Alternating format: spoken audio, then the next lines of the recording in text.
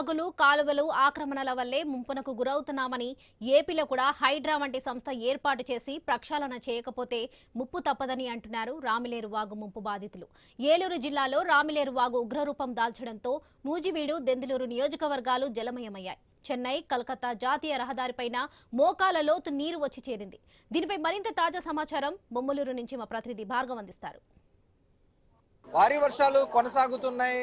పెద్ద ఎత్తున కూడా జాతీయ రహదారులు సైతం జలదిగ్బంధం అవుతున్నాయి. ప్రస్తుతం మనం ఏలూరు సమీపంలో జాతీయ రహదారిపై ఉన్నాం. ఇక్కడ ఉన్నటువంటి రహదారులన్నీ కూడా పూర్తిగా నీట మునిగిపోవడంతో కిలోమీటర్ల మేర ట్రాఫిక్ గంటల కొలది కూడా స్తంభించిపోయింది. చూసినాం జాతీయ రహదారిపై ఒక జలపాతంలా కూడా ఇక్కడ ఆ నీరంతా కూడా వాగుల్లో ప్రవహిస్తున్నట్టు కూడా ప్రవహిస్తుంది. జాతీయ రహదారులపై నుంచి ఇక్కడ ఉన్నటువంటి ఆ ఇళ్ళు కానీ కొట్లు కానీ అన్ని కూడా ముంపుకు గురై మనం చూస్తున్నాం కదా. ఒక హోటల్లోకి కూడా భారీగా నీరు చేరడంతో వారు సామాన్లన్నీ కూడా గట్లపై పెట్టి వెళ్ళిపోయినటువంటి పరిస్థితి కూడా ఉంది. దాదాపు 3 నుంచి 4 అడుగుల మేర జాతీయ రహదారిపై చెన్నై కలకత్తా జాతీయ రహదారిపై కూడా ఈ నీరు నిలిచిపోయింది. ప్రస్తుతం ఇక్కడ అనేక మంది గ్రామస్తులు వచ్చి సహాయక చర్యల్లో పాల్గొంటున్నారు.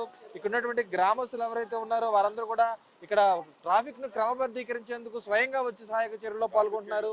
అంటే ఇలాంటి పరిస్థితి గతంలో ఎన్నడన్నా చూసారా మీ గ్రామంలో? 89లో ఒకసారి రామలేరు లో లెవెల్ కాజువే ఉన్నప్పుడు ఆ లో లెవెల్ కాజువే ఉండటం వలన తాడి చెట్లు అడ్డం పడి గ్రామంలోకి నీళ్లు వచ్చినాయి. ఈ సంవత్సరం ఏమైందంటే రామలేరుకి చెట్లు అడ్డం పడి రామలేరులోంచి నీటి ప్రవాహానికి అడ్డుపడటం వలన గ్రామంలోకి వచ్చినాయి.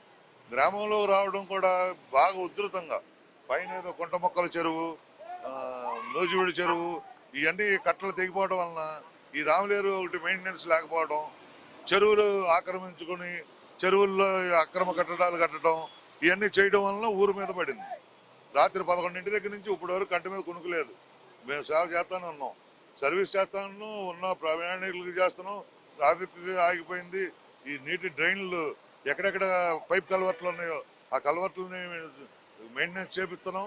జేసీబీ తీసుకొచ్చి డివైడర్లు అటు ఇటు మార్గం ఏర్పాటు చేసి అది చేసుకొస్తున్నాం. ప్రధానంగా చెరువులన్నీ కూడా ఈరోజు కాలువలు సక్రమంగా పారుదల లేకపోవడంతో అనేక చోట్ల ముంపుకు జరుగుతుంది. మరి దీనికి ప్రధాన కారణం ఏముందంటే ఇప్పుడు దీంట్లో చెరువులు అనేది ఆక్రమణలో గురవడం, హైదరాబాద్ లో తెలంగాణలో పెట్టిన చట్టం హైడ్రా చట్టం ఉంది కదా, అలాగే మనకు కూడా ఇంప్లిమెంట్ చేసి చెరువులు ఆయకట్లు అవన్నీ కాపాడితే కొంతవరకు స్టోరేజ్ అక్కడ ఆగగలుగుతాయి. అవన్నీ అక్రమ కట్టడాలు అయిపోవడం, దానికి సాగునీటి వనరులు తాగునీటి వనరులకు లేకపోవడం, వాటిలోని ఇళ్ల స్థలాలు కేటాయించడం, చెరువుల్లోనే ఇళ్ల స్థలాలు కేటాయించడం, వీటి వల్ల చెరువులన్నీ ఆక్రమితం అయిపోయినాయి. ఆక్రమించేసాక ఇంకెక్కడ స్టోరేజ్ ఉంటుందండి. దానివల్ల ఈ రోడ్లు ఎక్కడం, ఈ కట్టలు తెగిపోవడం, ఈ రామలేరు మెయింటెనెన్స్ ఒకటి లేకపోవడం. రామలేరుకి దిగువ పక్కన ఏలూరు కాలం నుంచి కొల్లేరు వరకు ఇదే రామలేరుకి 2 పక్కల బండ్లు ఒక రివర్ బెడ్ లాగా బెడ్ అంతా ఫామ్ చేశారు. కానీ ఎగువ భాగంలో మేము ఫ్లడ్స్ ఎఫెక్ట్ అవుతున్నాం. మమ్మల్ని ఎవరు పట్టించుకోవట్లా. మా వైపు కూడా ఇటు రామలేరు ఎక్కడైతే ఉందో ఈ బొమ్మలూరు గ్రామం హైవే కనెక్టెడ్ కాబట్టి ఇది హైవే మీదకి వచ్చి ఊరు మీద పడకుండా ఉండాలి అంటే కనుక అటువైపు 2 వైపుల బండ్స్, జంగిల్ క్లియరెన్స్, లోపల పాసేజ్ వాటర్ పాసేజ్కి అవి ఏర్పాటు చేస్తే ఇక్కడ కూడా ఇలాంటి ప్రమాదాలు జరగవని మేము ఆశిస్తున్నాం. చెప్పండి, మీది ఏ గ్రామం? మీరు బొమ్మలూరు గ్రామం. ఎలా ఉంది? ఎన్ని గంటల నుంచి ఉంది? 11-11:30 నుంచి మేము ఇక్కడ నుంచి రెడీగా అయి ఉన్నాం. రన్నింగ్ క్లియర్ చేస్తున్నాం, ట్రాఫిక్ క్లియర్ చేస్తాము, మామూలుగా సర్వీస్ చేస్తాం. చూస్తే అందరూ గ్రామస్తులే ట్రాఫిక్ క్లియర్ చేస్తున్నారు, పోలీసులు కానీ ఎవరు కూడా వచ్చారు, చాలా ఎక్కువ ఉన్నారు. పోలీస్ సహకారం కూడా బాగుంది. వాళ్ళు కూడా బాగా ఇచ్చేసారు, ఇంప్లిమెంట్ బాగా చేశారు. వాళ్ళు కూడా ఇబ్బంది ఏం లేదు. జాతీయ రహదారిపై నీళ్లు ఉన్నాయా లేకపోతే ఓళ్ళల్లో ఇళ్లలో కూడా వచ్చేసింది.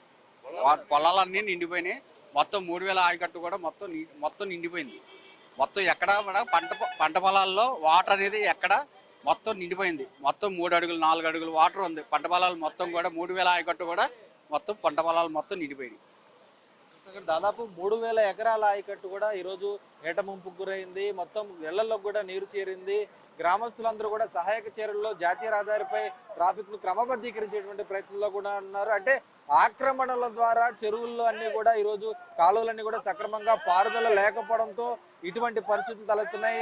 హైదరాబాద్ ను తలెత్తించే విధంగా ఇటువంటి పరిస్థితులు ఉన్న నేపథ్యంలో అక్కడ ఏ విధంగా అయితే హైడ్రా చట్టాన్ని తీసుకొచ్చి అమలు చేస్తూ ఆక్రమణలు తొలగించారో కాలువలు చెరువులపై ఉన్నటువంటి ఆక్రమణలు, ఆ విధంగా అన్ని చోట్ల కూడా చేస్తే కనుక భవిష్యత్తులో